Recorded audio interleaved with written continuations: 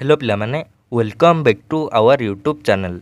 पिलामाने मु आज दशम श्रेणी गणित बहिर ना कौन पिलामाने माध्यमिक बीजगणित।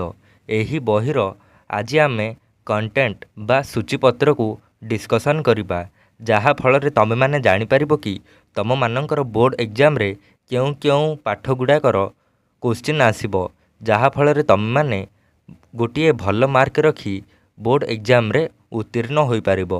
तो चलो सूचीपत्र को जिबा। तो पिला माने आसीगले सूचीपत्र। सूचीपत्र रे केवल आम मानकर 17टी पाठ देइछि बा 17टी अध्याय देकी 17टी पाठ रे ही यह को क्लोज कराउछि। तो चलो समस्त पाठर ना गुड़ाक आमे प्रथमे देखिदबा। प्रथम अध्याय रे आसिला सरल सह समीकरण। यही अध्याय रे पिला माने तमे माने आर बीट वाइज मध्य क्वेश्चन आसी थाए। ए कर ए बी सी यहीपरि भाव में केतुटा थिबो। पुणी द्वितीय अध्याय रे हैला द्विघात समीकरण।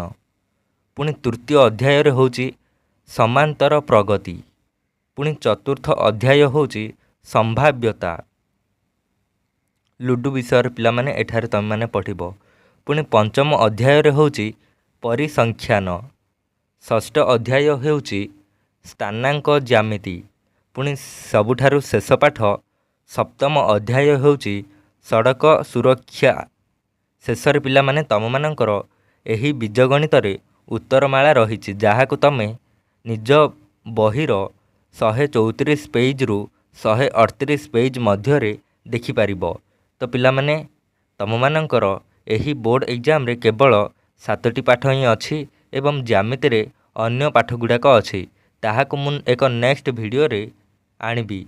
तो पिला माने आजिर वीडियो रे एतिकी थिला। पुणी नेक्स्ट वीडियो रे ज्यामिति एवं हिंदी संस्कृत यही सब विषयर कंटेंट बा सूचीपत्र गुड़ाक डिस्कसन करिबी, जहा फल रे तमे माने जानि परिबो कि बोर्ड एग्जाम रे क्यों क्यों पाठ गुड़ाक तम मानकर आसुची।